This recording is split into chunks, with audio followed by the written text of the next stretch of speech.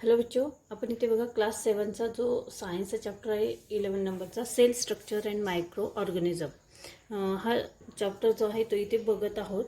या चॅप्टरमधील आपण आजचा जो पॉईंट आहे तो बघणार आहोत. बघा, मायक्रो ऑर्गॅनिझम. या अगोदर आपला हाफ चॅप्टर इथे झालेला आहे. आज पुढचा टॉपिक बघणार आहोत, त्यातील मायक्रो ऑर्गॅनिझम.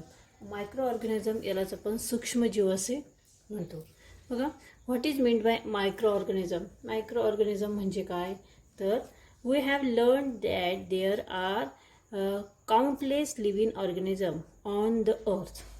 बघा, पृथ्वी तलावर असंख्य असे सजीव आहेत आणि त्यापैकी जे आपल्याला डोळ्यांनी सहज दिसतात.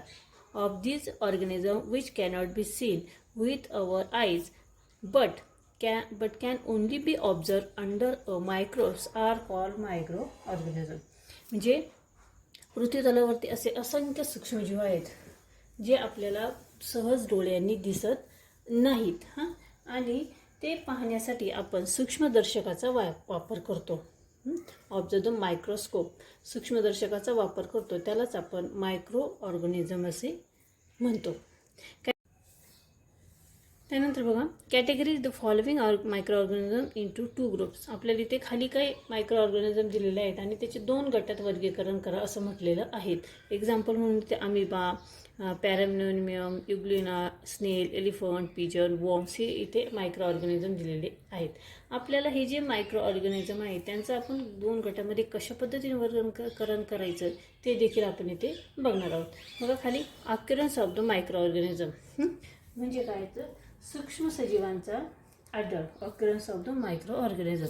Micro organism are present all around us in the air, water, soil, food and sewage, garbage, as well as in the bodies of plants and animals including humans. आपल्या सभोवताली असणारी हवा, पाणी, जमीन, अन्नपदार्थ, त्यानंतर सीवेज, सांडपाणी, गार्बेज म्हणजे कचरा, याबरोबर वनस्पती, प्राणी, मानवी प्राणी यांच्या शरीरामध्ये देखील हे सूक्ष्मजीव अस्तित्वात असतात. यापैकी जे काही सूक्ष्मजीव आहेत, बघा, some microorganism are solitary, that is they live silently. For example दिले बघा, अमिबा, पॅरानिमियम, विवियर्स. Some lives in colonies. काही बघा, अमिबा, पॅरामोशियम, तर काही बहुसंख्येने वसाहती करून राहतात. काही सूक्ष्मजीव हे मृत वनस्पती, प्राणी यांच्या अवशेषांवर जगतात. म्हणजे some microorganism live on the remain of dead plants and animals. त्यानंतर पुढे बघा, observation and measurement of micro organism. Observation म्हणजे काय, तर निरीक्षण. सूक्ष्मजीवांचे काय करायचे, निरीक्षण आणि त्यांचं मोजमाप. हा टॉपिक आपण इथे बघणार आहोत. बघा, try this. Keep a moisture piece of bread और bhakri in a close box. Observe it after 3-4 days using a magnifying lens. एक पावाचा तुकडा घ्यायचा आहे किंवा भाकरीचा एखादा तुकडा घ्यायचा आहे, तो भिजवा आणि एका डब्यात 3 ते 4 दिवस आपल्याला ठेवायचं आहे. डबा बंद करून 3-4 दिवस ठेवायचा आहे. त्यानंतर 3-4 दिवसांनी आपल्याला ते झाकण उघडून बघायचं आहे. त्या पावाचे आणि भाकरीचे आपल्याला निरीक्षण करायचे आहे. आणि ते निरीक्षण कसे करायचे आहे, तर एक भिंगाची काच वापरून, मॅग्निफायरिंग लेन्सेस वापरून आपल्याला त्याचं निरीक्षण करायचं आहे. दुसरा प्रयोग जो दाखवला सांगितलेला आहे बघा, ऑब्झर्व अ ड्रॉप ऑफ मडी वॉटर और वॉटर फ्रॉम अ स्टेन पडल अंडर द कंपाऊंड मायक्रोस्कोप. पुढे काय म्हटलं त्यांनी, की गढूळ पाण्याचा किंवा डबक्यातील साचलेल्या पाण्याचा एक थेंब संयुक्त सूक्ष्मदर्शकाखाली आपल्याला बघायचा आहे, कंपाऊंड मायक्रोस्कोपमध्ये.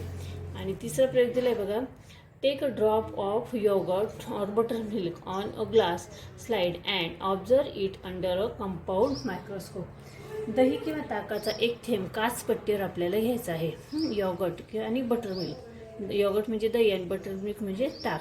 यांचा एक थेंब आपल्याला घ्यायचा आहे. तो थेंब काचपट्टीवर आपल्याला घ्यायचा आहे, glass slide, and observe it under compound microscope. आणि संयुक्त सूक्ष्मदर्शक म्हणजे कंपाऊंड मायक्रोस्कोप खाली तो बघायचा आहे. In your notebook draw sketches of micros you observe. तुम्ही केलेल्या निरीक्षणाचे आधारे दिसणाऱ्या जीवांची चित्रे वहीमध्ये काढा असं म्हटलेलं आहे. तर हे जे वरील तीनही जे प्रयोग आपण बघितले, या तीनही प्रयोगामध्ये आपल्याला असं लक्षात येतं की छोटे छोटे सूक्ष्मजीव हे त्या प्रत्येक वस्तूमध्ये असतात. आता पहिल्या प्रयोगामध्ये ती जी भाकरीचा तुकडा किंवा पावाचा तुकडा जो आहे, पाव घेतलेला आहे, त्याच्यामध्ये असंख्य असे सूक्ष्मजीव इथे तयार झालेले असतात. त्यानंतर इथे मडी वॉटर, चिखल, गढूळ पाणी, डबक्यातील पाणी, त्या पाण्यामध्ये सुद्धा भयंकर असे खूप मोठ्या प्रमाणात सूक्ष्मजीव असतात. ते आपल्याला सूक्ष्मदर्शकाखाली दिसतात. आणि दही आणि बटर मिल्क यामध्ये देखील प्रचंड प्रमाणात सूक्ष्मजीव असतात. ते आपल्याला उघड्या डोळ्यांनी दिसत नाहीत. आणि पुढे काय म्हटलंय की हे जे सूक्ष्मजीव तुम्ही बघितलेलं आहे त्याचं निरीक्षण करा आणि त्याचे स्केचेस काढून आपल्या नोटबुकमध्ये त्याचे स्केचेस काढायला सांगितलेले आहे. ठीक आहे. तर हे ज्या मायक्रो ऑर्गॅनिझमचं जे स्वरूप आहेत ते कशा प्रकारे असतात ते आपण इथे खालच्या तक्त्यामध्ये बघणार आहोत. Can the point of needle accommodate micro organism, म्हणजे बघा की सुईच्या टोकावर सूक्ष्मजीव मावतील का. सुईच्या टोकाच्या वरती आपण त्या सपोज आपण एक्झाम्पल त्या यॉगर्टमध्ये किंवा ताकामध्ये जर आपण बटर मिल्कमध्ये जर आपण सुईचं टोक बुडवलं आणि ते जर सूक्ष्मदर्शकाखाली धरलं तर त्यामध्ये देखील आपल्याला असंख्य प्रमाणामध्ये सूक्ष्मजीव हे दिसत असतात. नेचर ऑफ मायक्रो ऑर्गॅनिझम बघा. Among the sketches you have drawn do you find any of the micro organism you see below. What inference can you draw about their sizes. तुम्ही काढलेले जे चित्र आहे त्या चित्रांमध्ये खालील सूक्ष्मजीव तुम्हाला दिसतात का आणि त्यांच्या आकाराविषयी तुम्हाला काय निष्कर्ष काढता येईल असं इथेच म्हटलेलं आहे.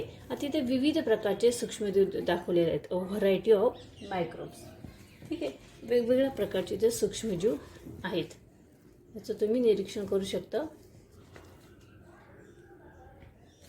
पुढे बघा इथे डू यू नो मध्ये काय सांगितलेलं आहे की we cannot see object smaller than 100 micrometres in size with our eyes. म्हणजे काय ते 100 मायक्रोमीटरपेक्षा लहान वस्तू आपल्या डोळ्यांना दिसू शकत नाही. आणि त्यामुळे बघा so we make glass slides of the micro organism and observe them under a compound microscope. त्यामुळे कागदपट्ट्या तयार करून सूक्ष्म सजीवांचे संयुक्त सूक्ष्मदर्शकाखाली निरीक्षण केले जाते. परंतु काय म्हटले की however if magnification of thousands and proves to be insufficient then we need to use an electron microscope to observe those microorganisms. पुढे काय म्हटले की परंतु काय तर 1000 पटींचे वर्धन अपुरे ठरत असेल तर काही सूक्ष्मजीवांच्या निरीक्षणासाठी मात्र इलेक्ट्रॉन सूक्ष्मदर्शकाचा वापर करावा लागतो. म्हणजे काही जे सूक्ष्मजीव असतात ते 1000 पटींनी सुद्धा छोटे असतात. 100 मायक्रो इथे काय म्हटलंय की स्मॉलर दॅन 100 मायक्रोमीटर एवढी साईज आपल्याला डोळ्याने दिसत नाही. ती सुद्धा आपल्याला सूक्ष्मदर्शकाखाली बघावी लागते. इथे तर 1000 मायक्रोमीटरपेक्षा कमी म्हटलेलं आहे. मग ते जे सूक्ष्मजीव असतात ते आपल्याला इलेक्ट्रॉन मायक्रोस्कोप खालीच बघावे लागतात. बघा साइजेस ऑफ सम मायक्रोब्स. इथे साईज दिलेले बघा. Paramecium about 100 micrometre. पॅरामेशियमची साईज किती आहे? सुमारे 100 मायक्रोमीटरची आहे. Bacteria of typhoid. टायफॉइडचे जे जंतू असतात ते 1 ते 3 मायक्रोमीटर्स एवढे असतात. नंतर पोलिओ व्हायरसचे जे सूक्ष्मजीव असतात ते 28 नॅनोमीटर एवढे छोटे असतात. Microbes measure less than 100 micrometres. या सूक्ष्मजीवांचा आकार हा 100 मायक्रोमीटरपेक्षा लहान असतो.